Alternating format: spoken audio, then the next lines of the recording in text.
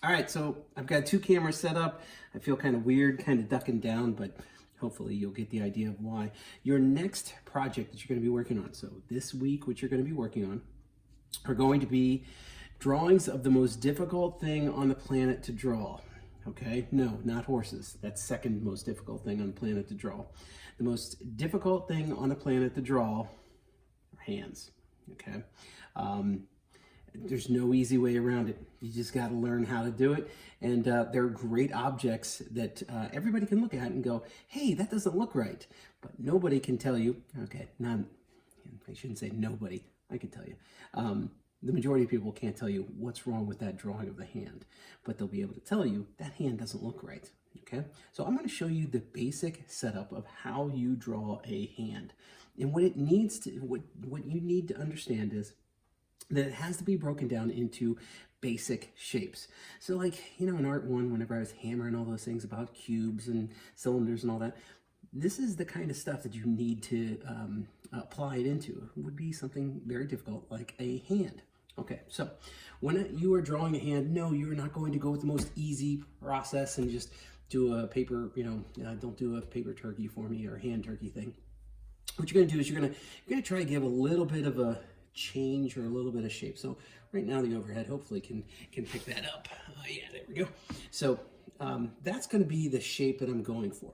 Okay, so the way my hand is right now, that's what I'm going to try to draw. Okay, so what I'm going to break it down into, I'm going to use my entire sheet of paper here. I'm going to break it down into the palm, and the palm is just going to be seen as a square.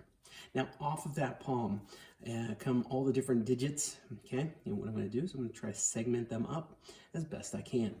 So the first digit will be something like that. And you want to make sure that you even this out. Believe me, I've done a lot of hands. Like I wish if I was in my room right now, I would show you my life drawing sketchbook that I had to do in college. So many drawings of hands. I had to do so many drawings of hands, and again, unfortunately, they're in my classroom right now. One that I can't get into, but it's the process of going through this. If you learn this process, you'll be much better at it. But the reason I brought that up is because I made so many mistakes, and this was the one mistake that I would always make, and that is getting these segments figured out early on. Okay, so instead of trying to get my index finger and figuring that whole thing out, I just need to get the width of this index finger and then my middle finger. Okay, and making sure that I'm paying attention to proportions. Okay, so that would be my middle finger, this would be my ring finger, and then my pinky. Okay, so trying to make sure that you have those segmented out. Okay, now you can go on. So the angle that I'm looking at, my index finger is getting a little bit smaller as it goes up, and it's a little bit foreshortened. So that's my segment, segment, segment. It'll get a little bit smaller as they go farther up, okay? Didn't realize that? Look at your hand right now, you'll see what I'm talking about. Okay, so next one. My middle finger is gonna be a little bit longer, but this is going to appear shorter. And the reason this is going to appear shorter is because it's curling toward me. So if you can see the overhand camera, you'll be able to see that my finger is kind of pointing toward me. Okay. So at first you're going to look at that and go, well, that looks wrong. Don't worry, we'll get there. Okay. Now this one's really going to look wrong because this segment, I've got it pretty well set up. Then I've got a part of my hand that's going to be, part of my finger is going to be covering over top of. Okay, so that's that curl that's happening right there. And then it's leading into that. So it's going to look really junky and really choppy right now, but give me a little bit, you'll be able to see it. So the next portion, that's going to be the first hinge, and it's coming toward me. That pinky is now going to be hanging low, covering up part of my palm. Okay, with, that's my last segment, I guess, of my pinky. And there we go. It's going to look something like that. Okay. So again, breaking it down into simple shapes. Now I'll show you a couple different examples here of where, professional drawers or, people that do this a lot will even make these into cubes. okay? And it's not a bad idea to be able to figure out how to show volume. But at this stage in the game, I want you to break these things down into just basic shapes so that once you start adding volume to them, you will have your proportions correct. Okay, so right now I have my hand kind of crooked there. Okay, so this is going to come down, and I'm going to work on the thumb portion. Now the thumb portion comes up, and it becomes kind of like a triangle, this section right here. Okay, next is going to be the thumb first hinge. Okay, and then the next, or the end of my thumb. All right, so right there, I got some stubby little hands right there. Okay, it's gonna look a little bit better, hopefully. All right, so right now I have the basic shape of my hand. All right, now you can add a little bit of character. Now, one of the areas, this looks very stubby, and the reason it looks stubby is because, if you can see from the overhead, or you can see any of it, this index finger is kind of pointing toward me. And because it's pointing toward me, it's going to have a little bit of a foreshortening effect. I'm going to actually move it back down, just so that you don't look at this and go, wow, Robinson doesn't know what he's doing. That looks a little bit better, okay? And again, this one, though, is definitely coming toward me. Now, let's get the index finger done. Paying attention to whenever you get to the hinges, you usually have a little bit of a bone, like a little bit of a bone bump, okay? And you don't have to put crazy amounts of detail here in the beginning because there's going to be some erasing involved here in a little bit, okay? So that would be good enough for my index finger. Let's start working on the middle finger.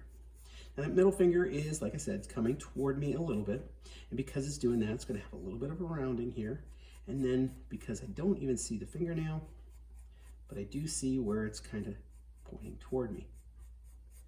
I've got something like that going on.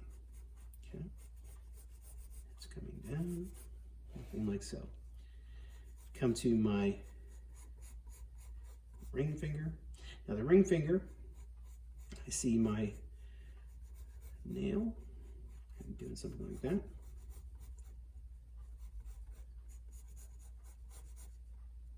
Okay, so like I said, there's going to be a lot of erasing going on in there.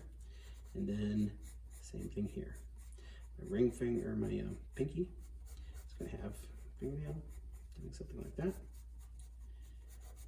My curl there, next curl. This is going to lead back into here. Okay.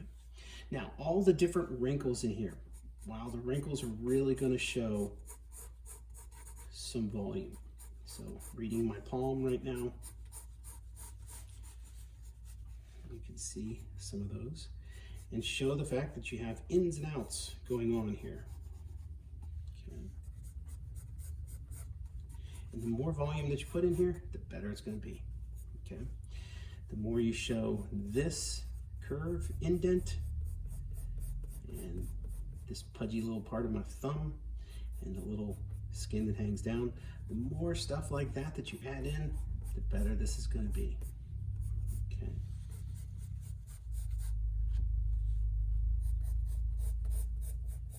Something like that. Okay. Now, as you go along, you can keep adding some shading. Do you have to use small consecutive circles? No, but don't just throw it on there. Really have some understanding that you're trying to show some volume with this. With a couple lines, you can get that effect, that you can make it really look like it's got volume. Okay. So that is how you draw a hand. Okay. It's not easy. You will have times where you will be beating your head against the wall like this is really difficult. Trust me, I've been there. So try to do the best that you can. What I want from you this week is four drawings of hands, okay? Don't do easy, okay? Try some different ones. Yeah, maybe the first one you can kind of maybe, do something a little bit easy, kind of like what I did. That might be a good one for the first one. But as you work through the week, see if you can do some difficult ones, okay? And if you understand this basic concept that's here, getting a difficult pose like that is possible, very possible, if you understand this concept. All right, so I hope everybody's doing well. I hope everybody's healthy, and if you have any questions, don't hesitate to message me. Yeah, I hope everybody's doing well, and I'll see you soon.